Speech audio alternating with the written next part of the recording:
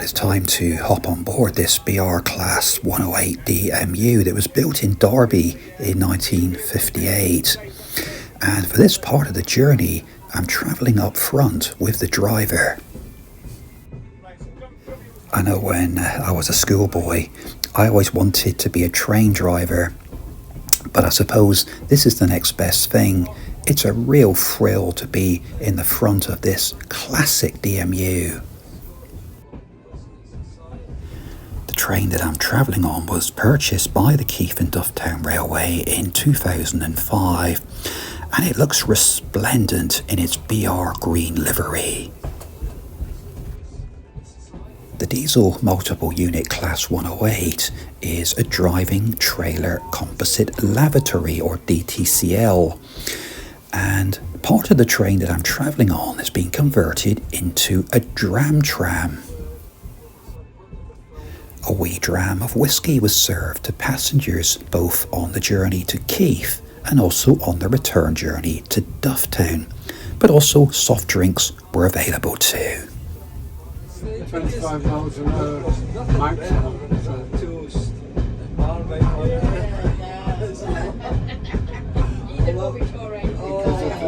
Because of the flat, we're only doing an average of 15. LNER station is a request stop. We sometimes do have requests to stop here.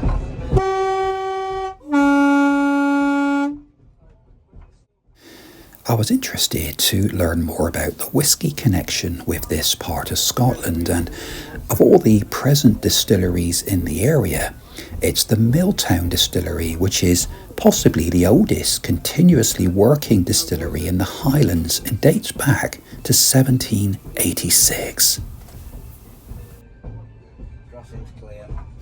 Coming up is Aviemore Holt, and the remains of the Aviemore distillery are on the left, and this site is now used by a company making stainless steel vessels for the food and whisky industry.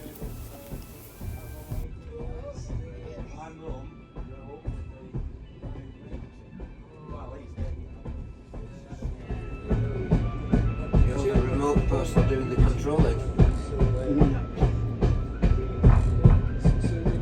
Everybody at this end of the Dram tram will be served whatever drinks the people further back in the Dram tram were having. Not many.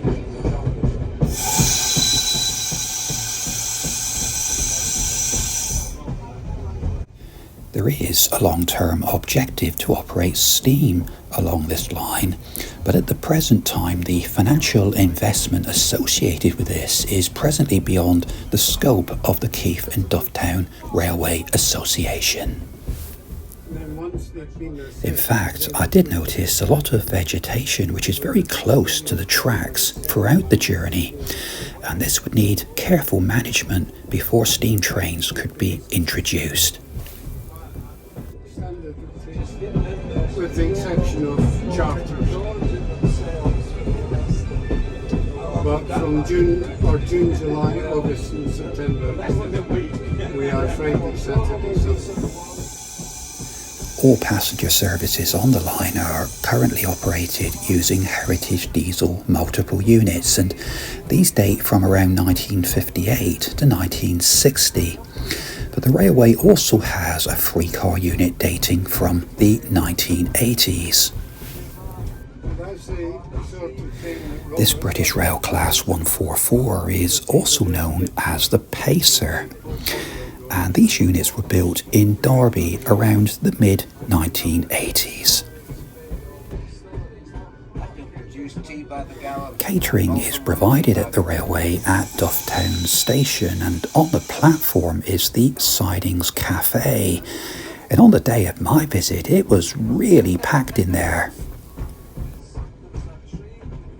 The railway has 2 splendid Mark I coaches which are set aside for catering operations, and the numbers are 25430, which is a Mark I corridor second, and 81295, which was a Mark I gangway full brake.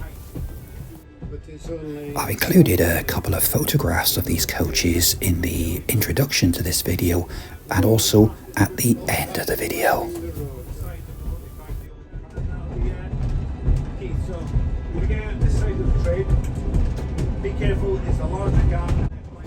Shortly after passing Strathsmill Distillery lies Dufftown Station, which is currently the end of the line.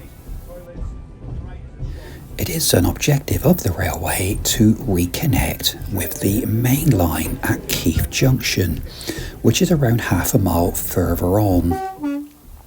And this will once again see a direct connection between this line and the main line connecting Inverness to Aberdeen. The station building here at Dufftown was constructed in 2002, and it largely replicates the earlier building which was erected by the Great North of Scotland Railway in 1896. The original station building was removed by British Rail during the 1970s, just a few years after passenger services ended.